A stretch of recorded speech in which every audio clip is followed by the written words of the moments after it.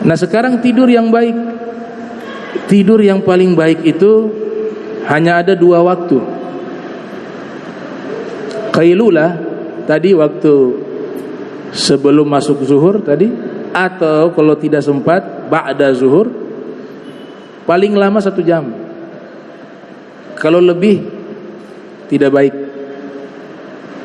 Paling singkat nisfu sa'ah, setengah jam. Nah qailulah ini disebutkan oleh Nabi kita Muhammad sallallahu alaihi wasallam, hadis riwayat Imam At-Tabrani di dalam kitab Al-Mu'jam Al-Awsat, yang lahir tahun 260 Hijriah, wafat 360 Hijriah. Rasul bersabda, qilu fa inna syaitana la yaqil. Ada perintah sunnah di sini. Kalau ada kata perintah maknanya dua. Yang pertama bisa maknanya wajib. Yang kedua bisa maknanya sunnah. Nah, perintah di sini maknanya sunnah.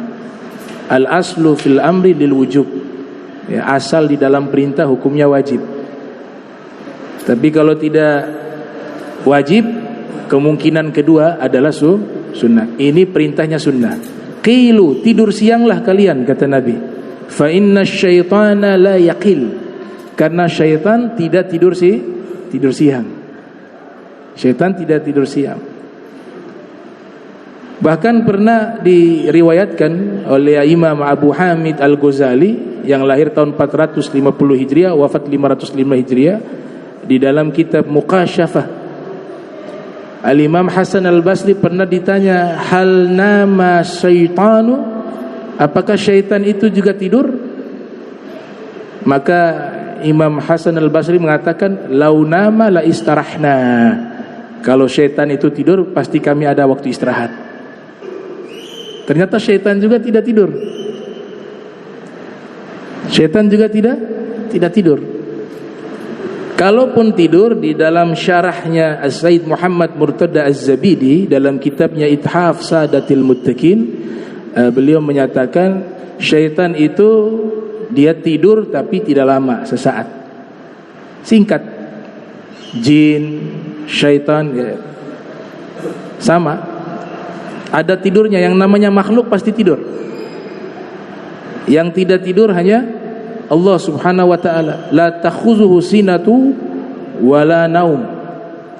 Ya, selebihnya makhluk tidur, tapi durasinya singkat. Durasinya singkat.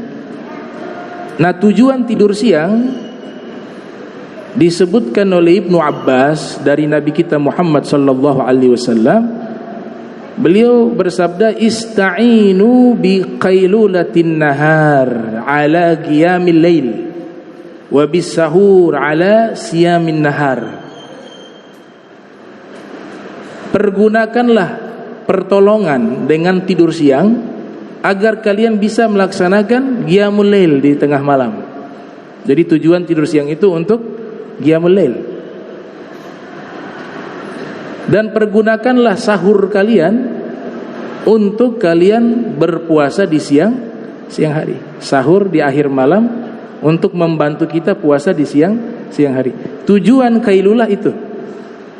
Imam Ghazali katakan, al-qailulatu bila qiyam bil laili kas-sahur bila siyam bin nahar. Orang yang banyak tidur siang tapi malamnya tidak sholat malam, maka itu bagaikan orang yang sahur tapi siang hari tidak berpuasa. Nah, tujuan utamanya dia tidak lakukan. Itu waktu terbaik tidur, qailulah namanya ya. Waktu terbaik tidur yang kedua, malam hari. Wa ja'alna laila libasa wa ja'alna an-nahara ma'asha. Kami jadikan waktu malam untuk selimut. Itu bahasa kiasan. Selimut itu kita tutupi diri kita untuk istirahat, untuk tidur. Namanya al-isti'arah di dalam ilmu balaghah. Ya. Kita disuruh tidur oleh Allah di waktu malam. Tapi tidurnya yang porsi terbaik Nabi sudah berikan ilmu.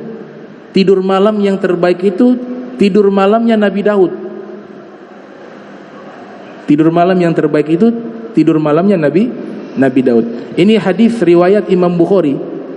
Disebutkan oleh Imam Bukhari dalam sahihnya, lahir 194 Hijriah, wafat 256 Hijriah.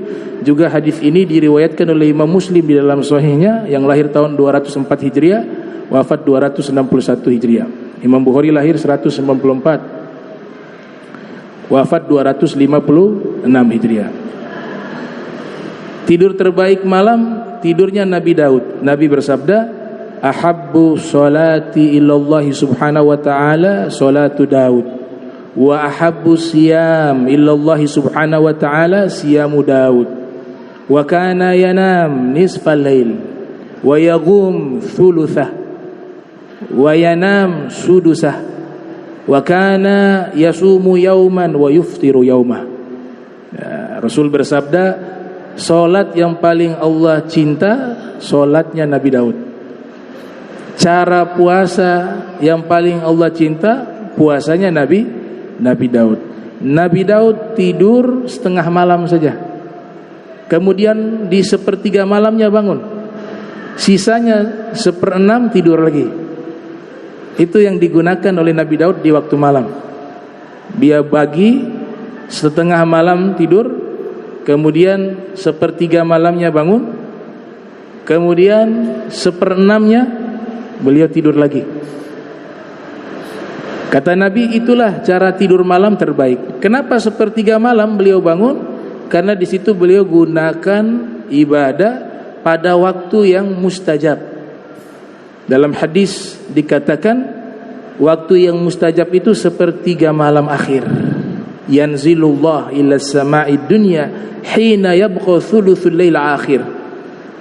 Allah Ta'ala menurunkan rahmatan makhsusah, rahmat khusus di waktu sepertiga malam akhir. Allah Ta'ala memanggil, mana yang berdoa? Fastajibalah.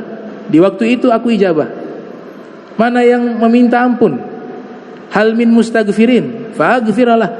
Yang minta ampun, aku ampuni. Hal min sa'il, mana yang minta? Pasti aku kasih, kata Allah Ta'ala. Itu waktu apa? Sepertiga malam. Apalagi sepertiga malam ini ada juga lanjutannya, akhir malam juga waktu khusus. Kita kenal dengan waktu sahar. Sufyan Ats-Tsauri mengatakan dalam kitab Ayyuhal Walad, diriwayatkan oleh Imam Al-Ghazali, innallaha ta'ala khalaq riha tahubbu waqtal ashar tahmilul adhkar wal istighfar ila malikil jabbar. Sesungguhnya Allah Subhanahu wa ta'ala menciptakan hembusan angin khusus yang dia berhembus di akhir malam. Dia membawa zikir-zikir dan istighfar kepada Allah Subhanahu wa ta'ala. Ini bahasa kiasan, bukan angin bawa kemudian menyampaikan, enggak. Artinya waktu itu waktu yang istimewa, waktu yang pasti Allah terima zikirnya seorang hamba pada waktu tersebut dan istighfarnya seorang hamba pada waktu tersebut. Wahum bil ashari yastaghfirun. Mereka di waktu-waktu akhir malam senantiasa beristighfar kepada Allah Subhanahu wa ta'ala. Itu pasti diterima. Ulama mengatakan 3 amal yang pasti diterima: istighfar, salawat kepada Nabi, memberikan pertolongan kepada orang yang membutuhkan bantuan. Itu 3 amal pasti diterima. Nah, apalagi istighfarnya diiringi dengan waktu mustajab, waktu yang khusus. Di antaranya istighfar al-mansus fil Quran, yang dinaskan dalam Al-Quran, istighfarnya di akhir malam. Itu cara istighfar dengan waktu terbaik, di akhir malam. Jadi itu cara tidurnya, waktu-waktu istimewa, waktu-waktu yang baik untuk kita gunakan tidur hanya 2. Al-qailulah dan di waktu malam selepas Isya. Kalau Rasul SAW kadang-kadang tidur awal waktu, tapi kebanyakan beliau isi dengan ibadah. Namun Nabi tetap ada tidur sesaat, ada waktu tidurnya. Bukan berarti dipaksa.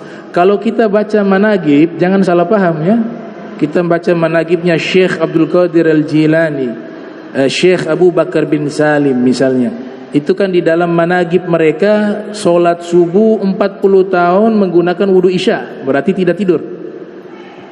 Itu babnya bukan bab yang kita bahas ini.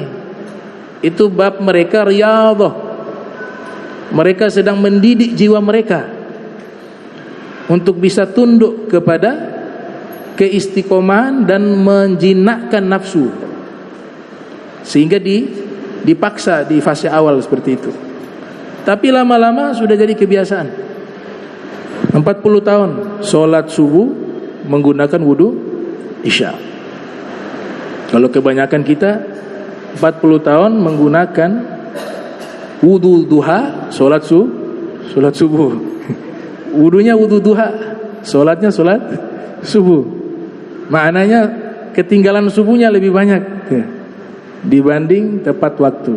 Nah itu kita lemahnya di situ, sehingga kita malu kalau baca managib para aulia ya. Mereka istiqomah di situ. Mereka istiqomah 40 tahun. Nah,